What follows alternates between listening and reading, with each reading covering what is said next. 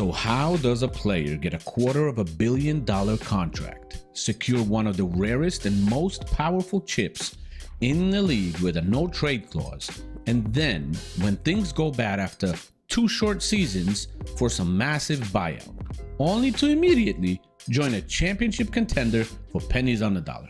Now, how does that happen? This wasn't just some player changing teams. What Bradley Beal just pulled off was one of the most calculated financial power plays in recent NBA history, guys. It was a masterclass in securing the bag and then engineering the perfect escape.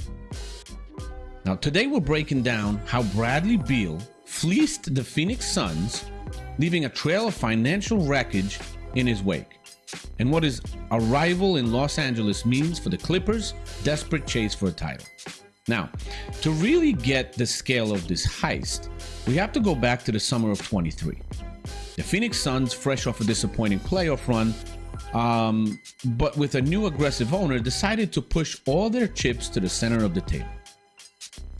They already had Devin Booker and Kevin Durant. They just needed that third star. Their target, Bradley Beal. On paper, it was the kind of move that makes you an instant title favorite. A big three of all 3 elite scorers built to overwhelm the entire league. The Suns were so sure this was their ticket that they gave up a massive haul to get him from the Washington Wizards. Chris Paul, a future Hall of Famer, plus a dizzying number of first-round pick swaps and a second-round picks. But the real cost wasn't just the players and the picks. It was the contract they took on, a colossal 5-year, $250 million deal. And hidden inside that contract was the weapon that would ultimately bring the franchise to its knees: a full no-trade clause for Bradley Beal out of everybody. In today's NBA, the no-trade clause is basically a myth, very rare. A grant of absolute power that teams almost never give out. It means that from the moment Beal landed in Phoenix, he held all the cards. The Suns couldn't trade him, couldn't move him, and couldn't do a single thing with his enormous contract unless he himself approved the destination. They didn't just trade for a player, they traded for a player who could hold them hostage. That's what the Suns did. They handed him golden handcuffs, not realizing they were locking themselves in the cage right there with him. Now, the hype in Phoenix was off the charts, but the reality on the court was a complete disaster. The big three never clicked. It wasn't just about injuries, though. Beal did miss a chunk of time, playing in only 53 games both seasons he was in Phoenix. It was a fundamental problem of fit. 3 high-usage, ball-dominant scorers just couldn't find a rhythm. The offense that was supposed to be a juggernaut became clunky, predictable, and way too easy to stop. Now, the results were catastrophic. In Beal's only completed season, the Suns were humiliated in the first round of the playoffs, getting swept 4-0 by the Timberwolves. The grand experiment, the all-in push for a championship, ended without a single playoff victory. All the while, that monster contract was crippling the team's finances. The Suns were deep in the luxury tax, staring down the barrel of the NBA's brutal second apron, a set of rules so restrictive it basically stops a team from adding any meaningful talent. They had the payroll of a dynasty, but the performance of a meddling team. They were trapped. Beal wasn't playing well enough to justify his salary. The team was failing, and because of that no-trade clause, they couldn't find a trade partner to take him. They were stuck, and Bradley Beal was the only one holding the key. This is where the heist becomes a work of art, okay? The Suns were desperate to reset their roster and escape financial hell, and their only way was a buyout. And Beal, with all the leverage in the world, was in complete control. He had 2 years and just over $110 million left on his contract. And other any other player would have to give back a huge chunk of that money to get their freedom. But not Beal. He negotiated an exit where he only gave back about $13.9 million.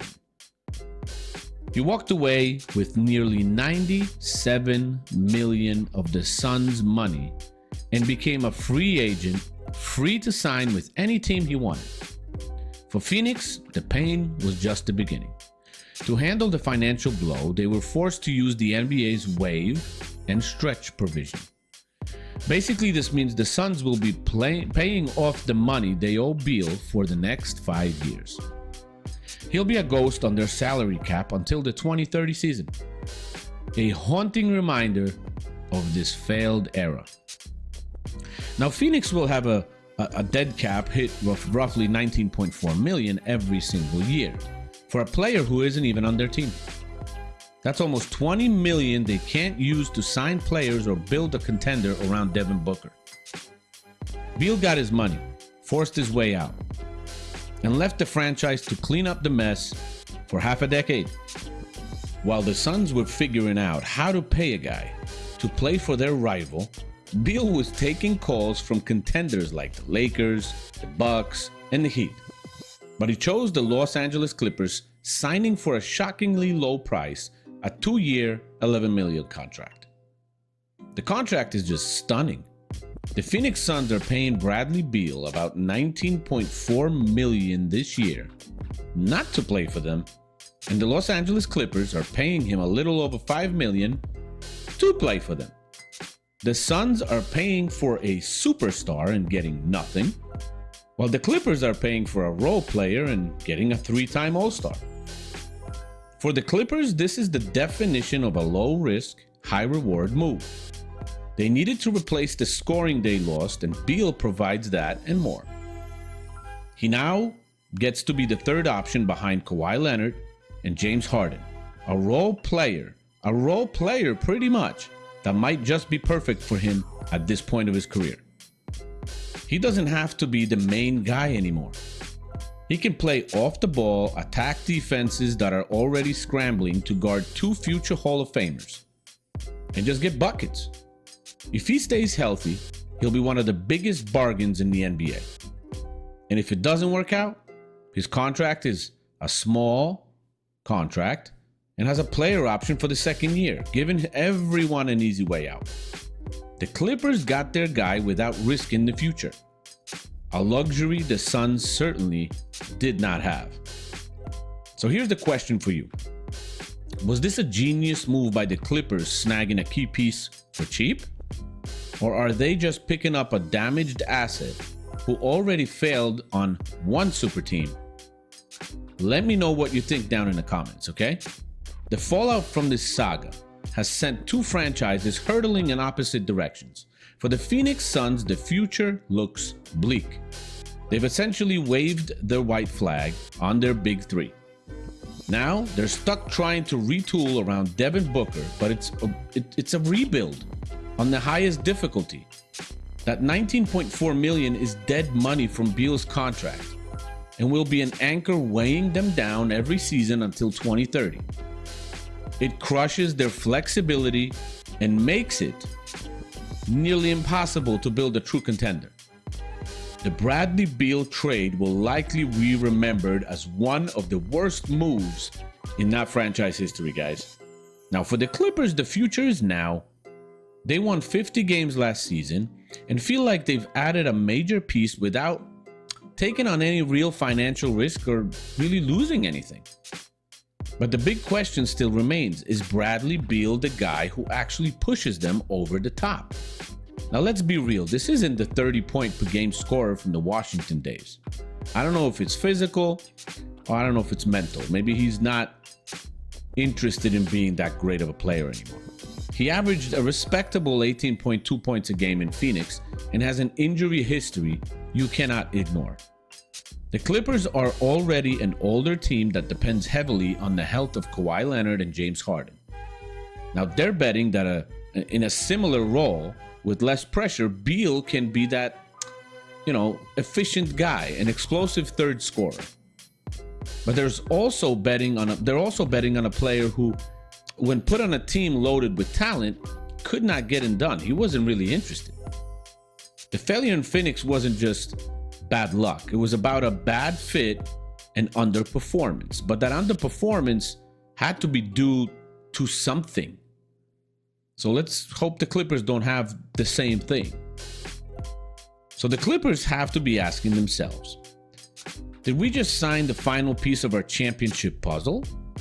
Or did we just sign a guy who, after getting his massive payday, couldn't handle the pressure and engineered an escape to a more comfortable spot? Or maybe he just got the money and didn't feel like working anymore.